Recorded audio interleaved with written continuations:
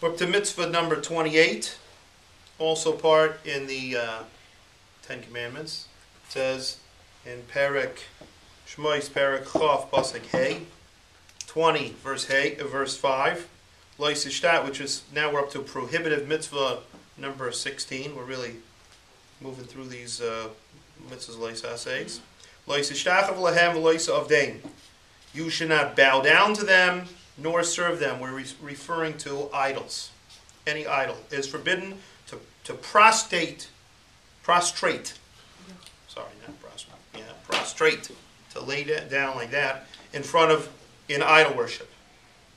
Now, what does that mean? It means lying flat with your arms and legs on the ground or touching your face on the ground before the idol. Which, by the way, means, that's why,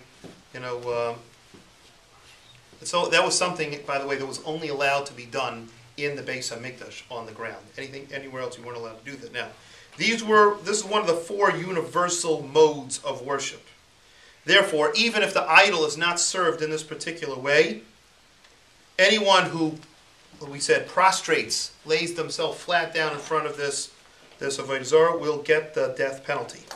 Now, that means they were going to get, it's called skila. If they have witnesses and they had warned beforehand, hello, you cannot do that, the guy does it anyway, he is going to get stoned to death.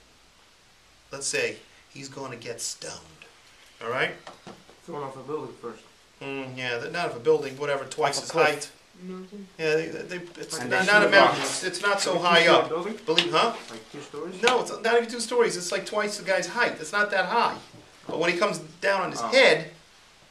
And then there's things that if he didn't die... So we take something, make twice his height, and then he falls down. Boy, it's a fall. And if he didn't die, they start throwing... Yeah, then they put big stones on him. Yeah, they push him off. Boom. They don't go, He just, boom. He's tied up. Huh? What if he survives? They put a big stone on him till basically he dies. And if he runs away? He ain't going to run away. He's tied up. He's not going anywhere. Let's just say, when he falls, he ain't going anywhere. Now, if the person, that's if he did it, let's say he did it bemazed, on purpose, without any warning, he's going to be chayav, as they say, chorus. He's going to be chayav excommunication. His soul will be put out. What does that mean? Up in heaven, when his soul gets put, either he dies early, premature death, or that's really misa b'dei shamayim. But chorus is where they put out his soul. That soul doesn't come back. How do they put out a soul? I don't know how it's done, but I guess somehow they do it. Maybe, I don't know if it's with a fire extinguisher or whatever it is, they put it out. They have like a spiritual fire extinguisher. The guy's not, that's it, he's done. Now, if he's amazing. He's on purpose. He's purposeful, the sin against God. You don't mess, as I say, don't mess with God. All right? Yeah. Now, if he does it by accident, like he finds himself laying down on the ground, all prostrated over there, and he goes, "Oh no!" He's chayav, and he goes, "I didn't realize there's an Avodah Zarah idol right there." He's chayav a chatos. He's chayav to bring a sacrifice, a chatos sacrifice. Now, same thing if a guy would slaughter something for this idol.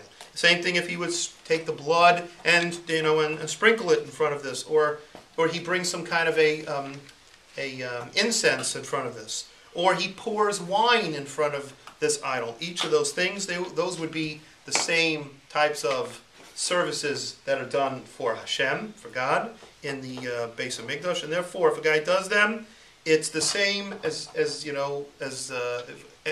prostrating himself on the ground. He's going to be chayav skilas, whatever it's called, stone. He's getting fine. Now, let's say, but if the guy did it the way that this thing is normally served, like for instance, there's a Avodah Zarah, one of the idols is this thing called Baal Pa'ar, where a person would defecate, go to the bathroom in front of this thing, and he would defecate in front of it. It's the same story. It's not a normal way of serving of serving God, but still, if that's the way that idol is served, the guy will get, stoned. Let's say there's money spread out in front of this idol, and the guy bows down to pick it up. Or if a guy, let's say, got a thorn in his foot, that gives an example, the Gemara, a guy gets some kind of a thorn in his foot. He is not allowed to bend down because it looks like he's bowing in front of the Avodah Zarah. Instead, what should he do? He should try to sit down and pick it out of his foot instead of bowing down. That's what it brings down. And we say that's why we do not kneel at all. Based on this, this is what the tradition has brought down. It's based on this thing that we don't even do any type of thing which would appear like it's type of idol worship.